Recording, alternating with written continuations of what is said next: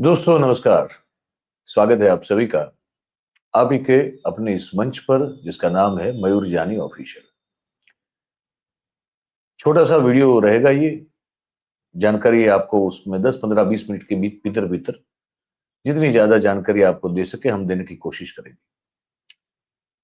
हम बातचीत शुरू करें आज के विषय पर उससे पहले आप सबसे एक छोटी सी गुजारिश है कि अराउंड 80 टू 90% हमारे जो दर्शक हैं वो जुड़ते हैं, पार्टिसिपेट करते हैं, लेकिन वो चैनल को सब्सक्राइब नहीं करते।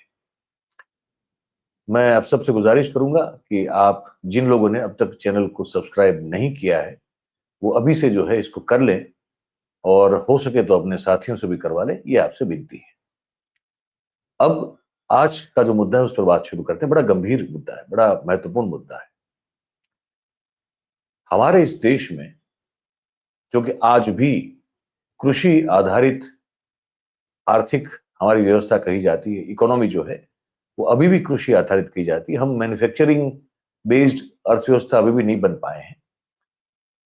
तो जब कृषि आधारित आपकी इकोनॉमी होती है तो स्वाभाविक रूप से जो खेती जो किसानी करते हैं, हमारे जो किसान हैं, उनके हितों की रक्षा सदैव करते रहना, ये कोई भी सरकार हो सत्ता में जो बैठी हो उसका ये दायित्व होता है। ये बात बहुत पुरानी हो चुकी है कि प्रधानमंत्री ने वो जुमला फेंका था कि 2022 तक वो हर एक किसान की आय को दुगना कर देंगे। खैर वो दुगना तो क्या हुआ, लेकिन मुझे लगता है शायद कुछ लोगों की तो बड़े एक तबका है जो सीमांत किसान है, उनकी तो आमदनी माइनस में चली गई। आत्महत्या के किस्से, सुसाइड के किस्से बहुत सारे हमारे सामने प्रतिदिन आ रहे हैं। मौसम काफी रूठा हुआ है, बेवफा है। तो बिन मौसम बारिश से लेके बाढ़ से लेके बहुत सारी तकलीफें देश का किसान झेल रहा है। ऐसे में अब इस स्थिति में मैं अभी तो आपको सिर्फ गुजरात की बात बताने जा रहा हूं।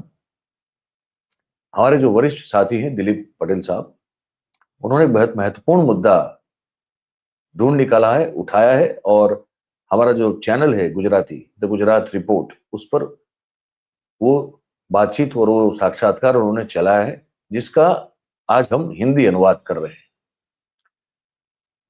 वो मुद्दा ये है कि अदानी साहब और अंबानी साहब की जो कंपनियां हैं जो कि एनर्जी सेक्टर में है, वो कच्छ का जो खावड़ा है, जो पाकिस्तान की सरहद से बिल्कुल सटा हुआ इलाका है, इस जहां पे वो बहुत बड़ा एक ऊर्जा का उत्पादन केंद्र जो है उसको बनाने की बात की जा रही है, और जमीनें जो हैं वो आवंटित की गई है। बिल्कुल बेरान बंजर जमीनें हैं वहां पे।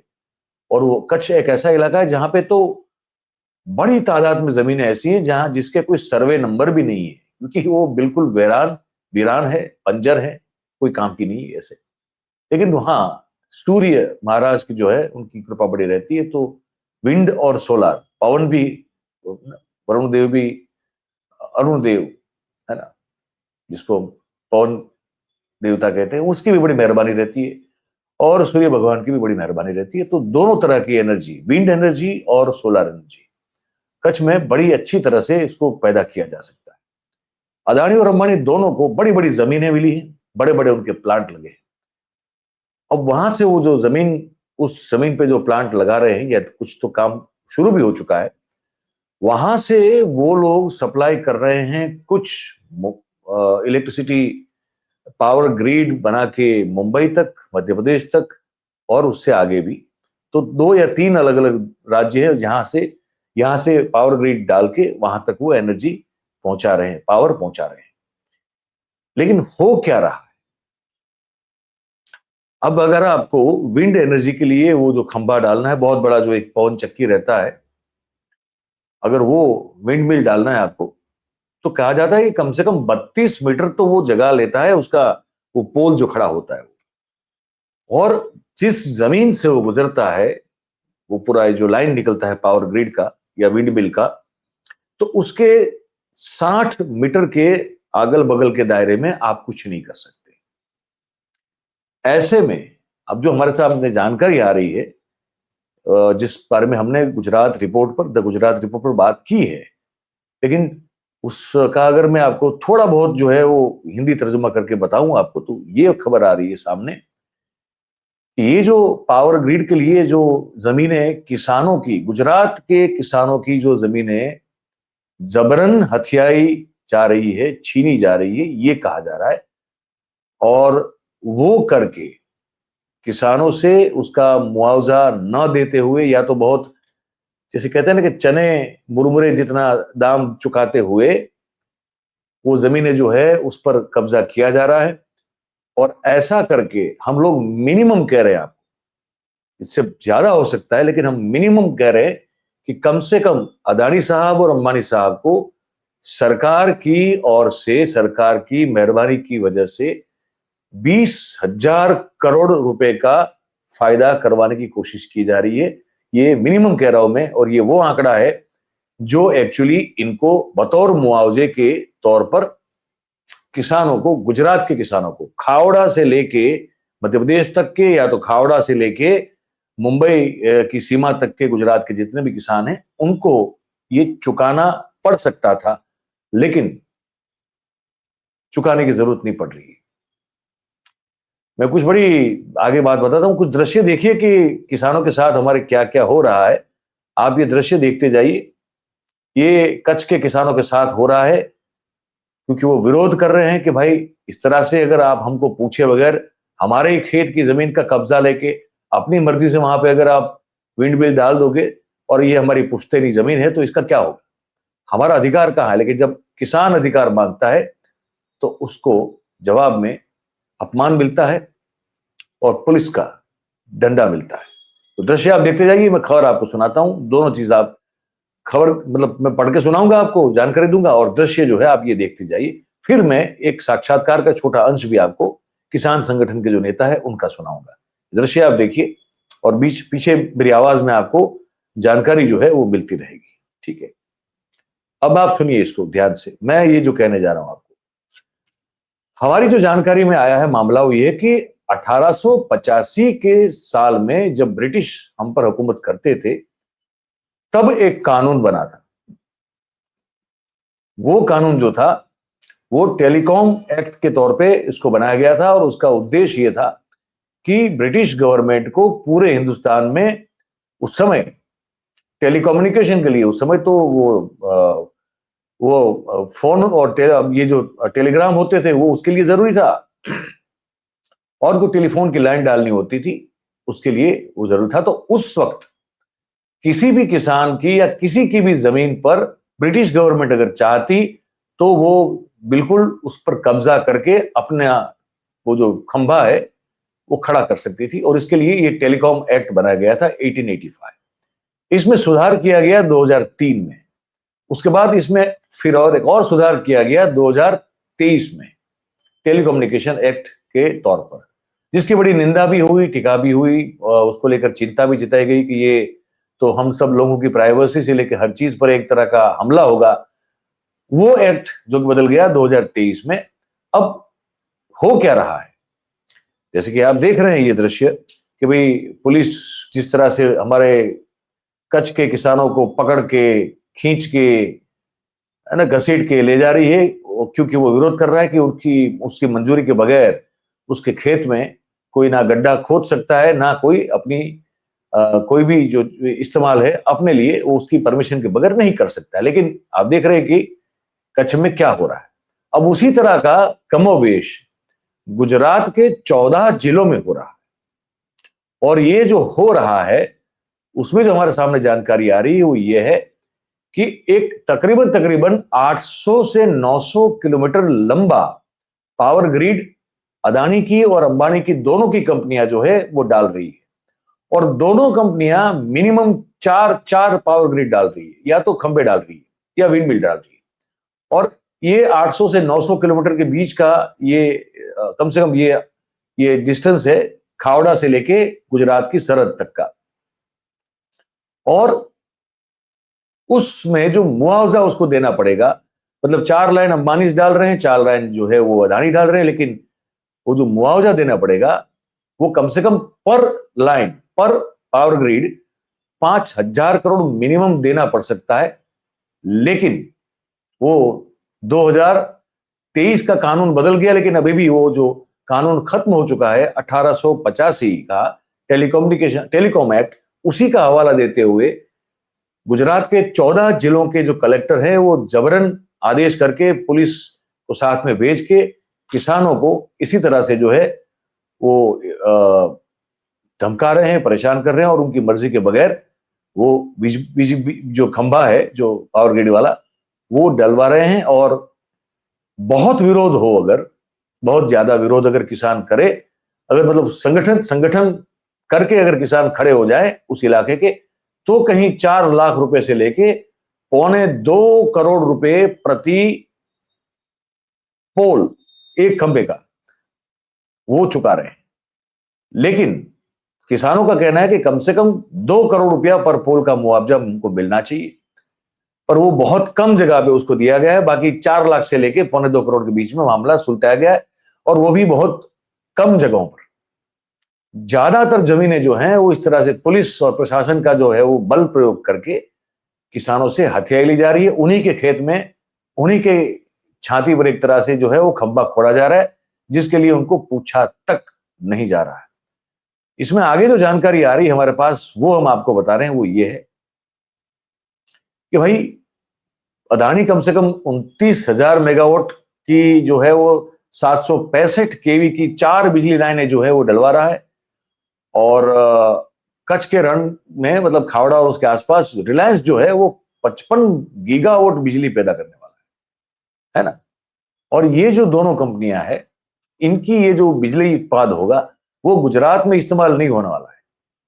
गुजरात में तो ऑलरेडी जो हो रहा है, और ये बाहर के राज्यों, जैसे मैंने कहा महाराष्ट्र में या तो मध्य प्रदेश में या और कहीं जो है इसको भेजा जाएगा। और इसमें जो है वो गुजरात के बाहर इसको भेजा जाएगा, और इसके लिए बिजली जो लाइन है वो लगानी पड़ेगी। 14 जिलों से ये लाइनें गुजर रही है। 800 किलोमीटर मिनिमम से लेकर 900 किलोमीटर तक की लंबी लाइनें होंगी, और हर 300 से 400 किलोमीटर में एक खंभा जो है, एक पोल जिसको कहते हैं, वो पड़ता है। तो अगर किसी की निजी जमीन पे 3 पोल गिने जाए, तब भी 2400 जितने बिजली के खंभे या तो पावर ग्रिड के पोल्स तो किसानों के खेतों में ही डाले जा रहे हैं। एक कंपनी की 4 पावर ग्रिड की लाइनें हैं, दोनों कंपनी की मिलाकर कई जगह 8 भी हो सकती है, अलग अलग गई तो कम से कम दोनों की 4-4 तो रहेगी। और पैसा, जिस मैंने कहा, अगर बहुत संगठन बड़ा हो गया किसानों का मजबूत, तभी जाके इनको जो है वो कुछ थोड़ा बहुत मुआवजा दिया जा रहा है, वरना भैया हर चीज जो है हथिया ली जा रही है, छीनी ली जा रही है। ठीक है। और कौन इसको कर रहा है? हर एक जिले के कलेक्टर, 14 जिले के 14 कलेक्टर इस काम में लगातार लगे हुए हैं, और पुलिस जो है उनका साथ दे रही है। 200 केवी लाइन में 22 मीटर का कॉरिडोर बनता है भाई साहब। 765 केवी लाइन में 67 मीटर, मतलब 210 फीट जगह उस पोल के आसपास आपको छोड़ देनी है। अब आप सोच लीजिए, अगर सीमांत किसान है, छोटा किसान है, जिसके पास मुश्किल से 2-5 बीघा जमीन है, उसके खेत से अगर ये खंभा निकलता हुआ जाएगा तो उसको कितना बड़ा नुकसान। पहली बात, अगर तार टूटकर गिर गया और कोई शॉर्ट सर्किट हो गया तो क्या होगा? किसकी जिम्मेदारी? अच्छा, इसके नीचे कोई किसान खेती कर नहीं सकता है। मैंने कहा कि वो बिल्कुल उस जमीन को आप इस्तेमाल ही नहीं कर सकते, तो आपका वो जमीन गया, और जीवन भर आपको कोई भाड़ा ना मिलने वाला है, ना कोई रेंट मिलेगा। एक, अगर आपने बहुत मजबूती से अगर विरोध किया तो हो सकेगा कि आपको 4 लाख 10 लाख से लेके कहीं कुछ जगह पे 1.25 करोड़ रुपए तक का मुआवजा दिया गया, लेकिन वो भी बहुत कम संख्या में ये बताया जा रहा है। ठीक है। अब जो मैं आपको बताने जा रहा हूं वो ये है कि ये दृश्य तो मैंने आपको दिखा दिए। ठीक है। ऐसे में अब इस मुद्दे पर हमारे दिलीप पटेल साहब ने, जयेश पटेल जो कि किसानों के नेता है दक्षिण गुजरात में, उनसे जो गुजराती में बातचीत की उसका थोड़ा सा अंश आपको सुनाता हूं। मैं इसका हिंदी तर्जुमा आपको उस बातचीत का जो महत्वपूर्ण होगा वो कर दूंगा, लेकिन इसको आप सुनिए। કાયદો રિપીલ એટલે રદ થયો છે અને એને લઈને ટેલિકોમ્યુનિકેશન એક્ટ બન્યો છે 2023 અને અમલમાં પણ આવી ગયો છે। છતાં આજે કંપનીઓ, કારણ કે કાયદામાં ખેડૂતો ઉપર કલેક્ટરની પાસે એબ્સોલ્યુટ પાવર, કારણ કે અંગ્રેજે બનાવેલો કાયદો હતો એટલે જે તે સમયે કલેક્ટરને એબ્સોલ્યુટ પાવર આપેલા કે કોઈ બીજી અદાલતમાં પણ ન જઈ શકાય, એ કાયદોનો ઉપયોગ આજે પણ, કારણ કે 2023માં એ તો રદ થયેલો કાયદો છે, એટલે જ્યાં ખેડૂત મક્કમતાથી કલેક્ટર પાસે જઈને આ વાતની રજૂઆત કરે છે, એટલે કલેક્ટર પછી 2003ના કાયદા ઉપર આવી જાય છે. હવે દિલીપભાઈ, એટલે મેં આપને કીધું ને કે જ્યાં સુધી અદાણીને ફાયદો કરાવવાનો છે, એટલે પેલો રદ થયેલા કાયદા ને લઈને પણ બધા મોટાભાગના કલેક્ટરો काम કરે છે. जयेश पटेल साहब कह रहे हैं, दक्षिण गुजरात के किसानों के संगठन के मुखिया हैं, दिलीप पटेल साहब से बात करते हुए कह रहे हैं कि 1885 में जो ब्रिटिश ने कानून बनाया था उसमें कलेक्टर्स को एब्सोल्यूट पावर दिया गया था, क्योंकि वो तो भाई वो तो राजाशाही थी, ब्रिटिश ताज का हुकूमत चल रहा था हम पे, तो कलेक्टर को एब्सोल्यूट पावर देते हुए कहा था कि जहां जिसकी जमीन पे जो कब्जा करना है कर लो, कोई तुमको रोकने वाला नहीं है। वो कानून जो है वो रिपील हो चुका है, ये जयेश पटेल कह रहे हैं कि वो तो रिपील हो चुका है, लेकिन अभी भी जब ये आज के मौजूदा दौर में अगर किसान जाके विरोध कर रहे हैं प्रशासन के पास, कलेक्टर के पास, कि भाई साहब ये आप हमारी जमीन ऐसे कैसे इसमें जो है आप ये हमको पूछे बगैर कर रहे हैं, तो हवाला दिया जाता है जो रद्द हो चुका है कानून 1885 का और 2003 का, उसका हवाला देते हुए कलेक्टर कहते हैं देखो ये कानून में लिखा हुआ है। 2023 में ये ऑलरेडी रिपील हो चुका है, लेकिन फिर भी हवाला उसी का दिया जाता है, क्योंकि बेचारे बहुत कम लोग होते हैं जो कानून को और लॉ को जानते हैं, तो उसका हवाला देके जो है ये किसानों से धोखाधड़ी की जाती है, उनकी जमीनें छीनी जाती है, उनकी जमीन में जबरदस्ती उनकी मर्जी के बगैर वो खंबा डाल दिया जाता है, और एक ढेला देने की नीयत ना बताया जा रहा है कि अंबानी की है ना अदानी की है। तो ये अगर 8 पावर ग्रिड को पकड़ के चलें, जो एक मोटा मोटा सा हमारा अंदाजा है अभी, तो ये 8 पावर ग्रिड जो दोनों कंपनियों की बनके जो है मिलके जो बनती है, वो कम से कम गुजरात के किसानों को 14 जिलों से गुजरते हैं वो लोग 20,000 करोड़ का मुआवजा देना बनता है मिनिमम। लेकिन अब जब बड़े साहब मेहरबान हो तो फिर ये धन्ना सेठ पहलवान क्यों ना हो, ये बताइए। तो ये बताना था, छोटी सी आज हमारी बातचीत थी, हमने बता दिया। ये आपको कैसी लगी ये बातचीत, आप हमको लिख के इस जानकारी के बारे में आप जो भी सोचते हैं हमको लिख के जरूर से कमेंट के जरिए बताइएगा, और अगर अच्छी लगी हो तो इसको लाइक करें, इसकी लिंक को शेयर करें और लोगों तक पहुंचाएं। चैनल जैसे मैंने शुरुआत में कहा, अगर आपने अब तक सब्सक्राइब नहीं किया तो कर लें और अपने साथियों से करवाएं। बहुत बहुत धन्यवाद करेंगे आप सभी का हमारे साथ इस बातचीत में जुड़ने के लिए। Thank you very much. नमस्कार।